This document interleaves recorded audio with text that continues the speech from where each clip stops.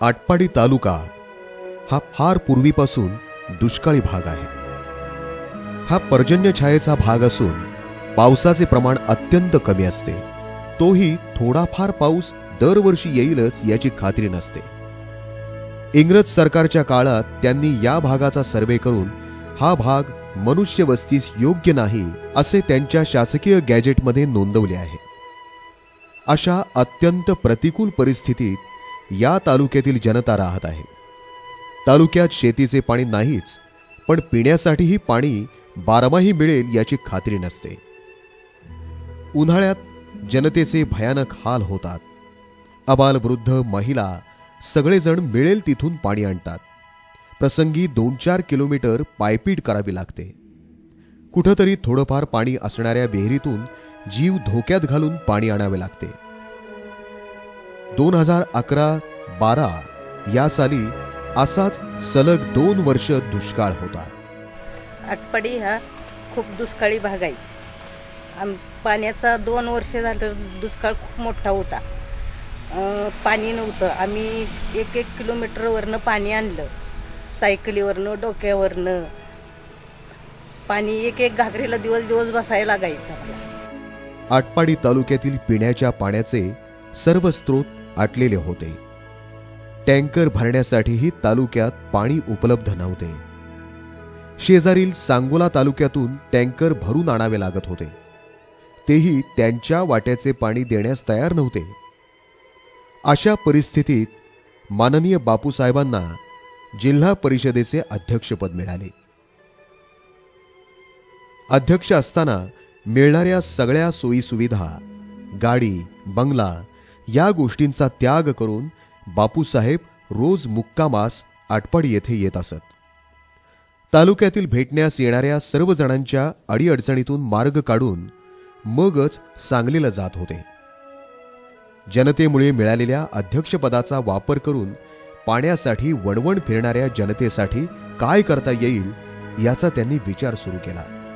यातूनच आटपाडी तालुक्यातील जनतेला बारमाही स्वच्छ आणि मुबलक पिण्याचे पाणी मिळण्यासाठी कृष्णा नदीतून पाणी आणण्याची योजना आकार घेऊ लागली। मागील वर्षी तर आमचे सगळे वॉटर सोर्सेस ज्याच्यामधून आटपाडी तालुक्याला आम्ही पाणी देत होतो, आटपाडी तलाव असेल आणि बाकीचे तलाव असतील, हे सगळे सुकून गेले होते आणि आमचं सगळे वॉटर सोर्सेस सुकल्यामुळे आम्हाला सांगोला तालुक्यातील शेजारच्या जिल्ह्यातील वॉटर सोर्सेस घ्यावे लागलेत। अशा परिस्थितीत काय करावं हे समजून आमचे तत्कालीन अध्यक्ष साहेब अमरसिंग देशमुख यांनी एक विचार मांडला की आपल्याला आटपाडीसाठी एक प्रादेशिक योजना आपल्याला केली पाहिजे, जेणेकरून संपूर्ण आटपाडी तालुक्याला कृष्णेचं पाणी आपल्याला देता येईल।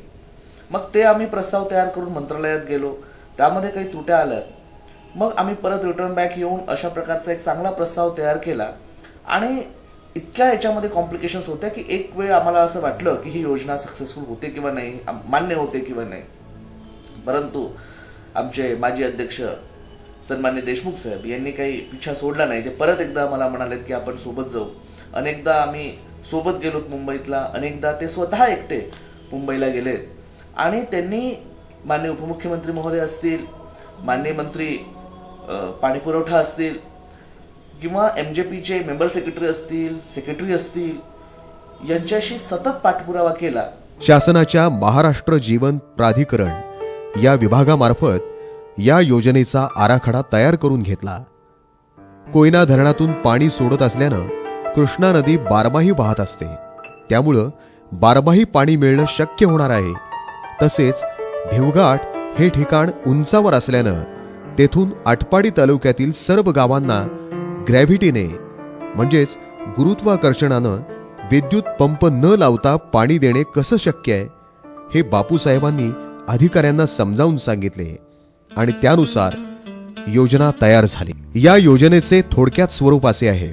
कृष्णा नदीवरील धनगाव येथून जॅकवेलमधून पाणी उचलले जाणार आहे। तेथून डोरली या ठिकाणी विद्युत पंप बसवून ते पाणी पुढे भिवघाट येथे जलशुद्धीकरण यंत्रणेत सोडले जाणार आहे। या ठिकाणी पाण्याचे शुद्धीकरण केले जाणार आहे। हे शुद्ध झालेले पाणी सायफन पद्धतीनं संपूर्ण तालुक्याला दिले जाणार आहे. भिवघाट पासून पुढं नेलकरंजी येथून 2 मुख्य वाहिकांमार्फत वितरण होणार आहे. नेलकरंजी खरसुंडी झरे या मार्गाने एक मुख्य वितरण वाहिका असून नेलकरंजी करगणी आटपाडी उंबरगाव या मार्गानं दुसरी मुख्य वितरण वाहिका आहे. या 2 मुख्य वाहिकांच्या मार्गात येणाऱ्या गावांसाठी उपवाहिका जोडून त्या गावातील टाकीपर्यंत पाणी पोहोचवण्याचे नियोजन आहे.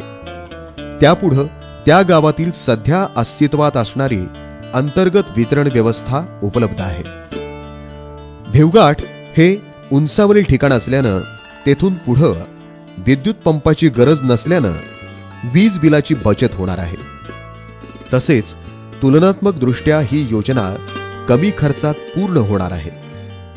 ही योजना आखून ती मंजुरी मिळेपर्यंत बापूसाहेब यांनी सुमारे 1 लाख किलोमीटर प्रवास केला आहे.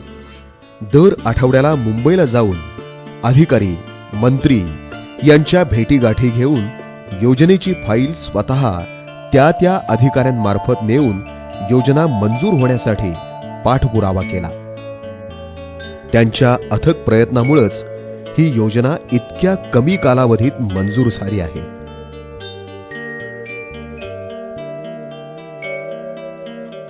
आटपाडी तालुक्यातील 53 गावांसाठी पिण्याच्या पाण्यासाठी 92 कोटी रुपयांची योजना मंजूर झाली. आटपाडीकरांना मोठा दिलासा मिळाला. जिल्हा परिषदेचे माजी अध्यक्ष बापूसाहेब अर्थातच माननीय अमरसिंह देशमुख यांनी प्रयत्न केल्यामुळेच या योजनेला मंजुरी मिळाली. आपल्याला मिळालेल्या 1.5 वर्षाच्या कमी कालावधीत त्यांनी आटपाडी तालुक्यातील जनतेचा आयुष्यभराचा पिण्याच्या पाण्याचा प्रश्न सोडवला आहे.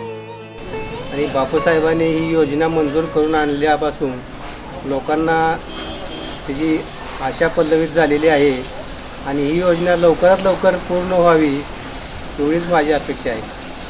त्यामुळे बापूसाहेबांनी 100 कोटीची योजना आणलेली आहे. तेवढा आमचा सगळ्याला आशीर्वाद आहे. तर ही बापूसाहेबांनी ती पाण्याची योजना मंजूर करून आणली आणि ती कुठेतरी मार्गी लागावी. ती लागल्यानंतर कुठेतरी थोड्या लोकांच्या अपेक्षा वाढल्या की बाबा काहीतरी आता होते. आमचा भाग जे दुष्काळी आहे त्या दुष्काळी भागामध्ये आमच्या भागात बी नेते बरेचसे झाले, पण त्या नेत्यांनी आमच्याकडे दुर्लक्ष केलं. जनतेचे त्यांना काही कळवळ आला नाही आणि त्यामुळं हे जे श्रेय घेतलं, हे जे त्यांचा प्रयत्न जे केले ते बापूसाहेब देशमुख यांनीच केलेले आहे. त्यांचं कामाचं कार्याचं फळ त्याला परमेश्वर देऊन जनतेचाही त्यांना आशीर्वाद आहे आणि हे त्यांनी महत्वाचं काम केले. त्यांच्यासाठी आम्ही आभारी आहोत. लेकरा बाळांचं चारा पाण्याचं गुराढोरांचं लय हाल होत होतं, तर बापूसाहेबांनी पाण्याची योजना केली ते लय आनंद झाला. तर लेकरा बाळांचा साऱ्या दुनियाचा त्याला चांगला आशीर्वाद लाभला. त्या रूपानं देव म्हणून आमच्या तालुक्याला एक मोठं उमदं नेतृत्व मिळालं आणि त्यांनी बरेच सारासार करून पहिला प्रश्न हाती घेतला पाण्याचा, तो पण पिण्याच्या पाण्याचा. शेतीच्या पाण्याचा हा विषय फार दूर आहे, तो बराच वर्ष झाला संघर्ष चालू आहे. त्याच्यासाठी पण त्यांचं एक मोठी तपश्चर्या चालू आहे, पण त्याला अजून यश आलेलं नाही, पण काही दिवसात येईल. खऱ्या अर्थानं त्यांना आटपाडी तालुक्यातील जनतेचे भगीरथ म्हटले तरी ते वावगे होणार नाही. लवकरच या योजनेची निविदा प्रक्रिया पूर्ण होऊन पुढील वर्षीच्या दिवाळीपर्यंत पिण्याचे पाणी देण्याचे माननीय बापूसाहेबांचे नियोजन आहे. माननीय बापूसाहेबांनी मिळालेल्या या संधीचे सोने केले आहे. त्यांच्या पुढील वाटचालीस लाख लाख शुभेच्छा.